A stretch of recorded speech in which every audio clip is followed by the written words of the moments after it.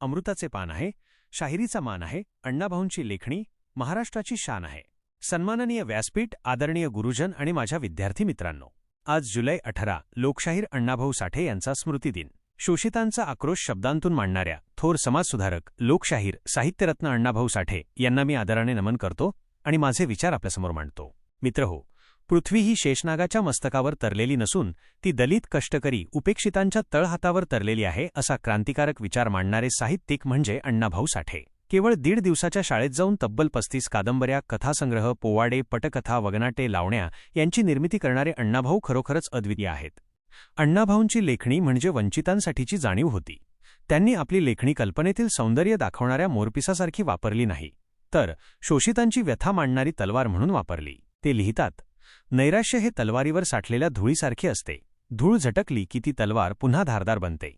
तसेच आपण नैराश्य झटकून संघर्षाला तयार राहिले पाहिजे. त्यांना जगण्यासाठी प्रत्येक दिवशी संघर्ष करावा लागला. 10-11 वर्षे वयातच रोजंदारीसाठी त्यांना आईवडिलांसोबत मुंबईला यावे लागले. कोणत्याही कामाला कमी न लेखता त्यांनी खाणकामगार, गिरणी कामगार अशी मिळेल ती कामे केली. परंतु आपल्यातील शाहिराला त्यांनी कधीही मरू दिले नाही. मुंबईमध्येच लोकशाहीर म्हणून त्यांचा नावलौकिक झाला. अण्णाभाऊ साठे यांच्या तडफदार लेखणीने आणि बुलंद आवाजाने संयुक्त महाराष्ट्र चळवळीत आकाशच पेटवून दिले. त्यांचा माझी मैना गावाकडे राहिली हा पोवाडा विशेष गाजला. आपल्या रशिया प्रवासाच्या अनुभवांवर आधारित माझा रशियाचा प्रवास हे पुस्तक त्यांनी लिहिले आहे. त्यांच्या मनावर कार्ल मार्क्स, डॉ. बाबासाहेब आंबेडकर यांचा प्रभाव होता. संपत्ती आणि कीर्ती यांच्यामागे कधीही न धावलेला हा महान साहित्यिक शेवटपर्यंत अतिशय साधेपणाने जगला.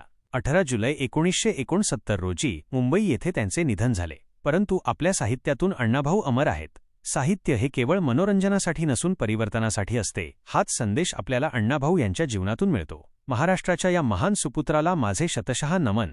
जय हिंद, जय महाराष्ट्र.